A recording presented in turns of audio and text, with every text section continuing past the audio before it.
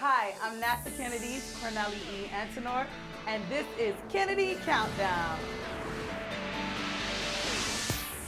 There's a whole lot of shaking going on with NASA's Space Launch System, or SLS. To measure the level of vibrations SLS will experience during flight, teams at Kennedy are performing tests inside the vehicle assembly building. This involves attaching about 300 sensors to the SLS stack to capture data and placing hydraulic shakers at different locations on the rocket.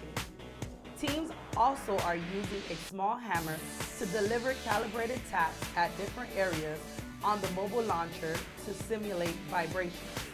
Engineers are using an Orion stage adapter, structural test article, and mass simulator to represent the weight of the stage adapter and spacecraft while teams continue launch processing of the real flight hardware.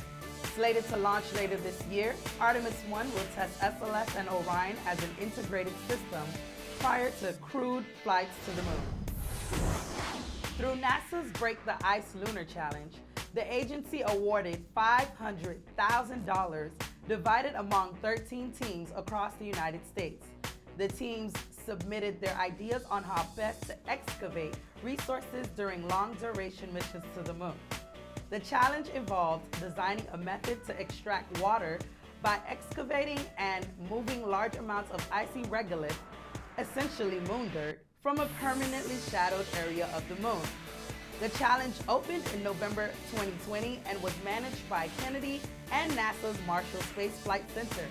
A future phase 2 of the challenge may focus on hardware development and demonstration. To keep up with Kennedy, check us out on social media and at nasa.gov/Kennedy.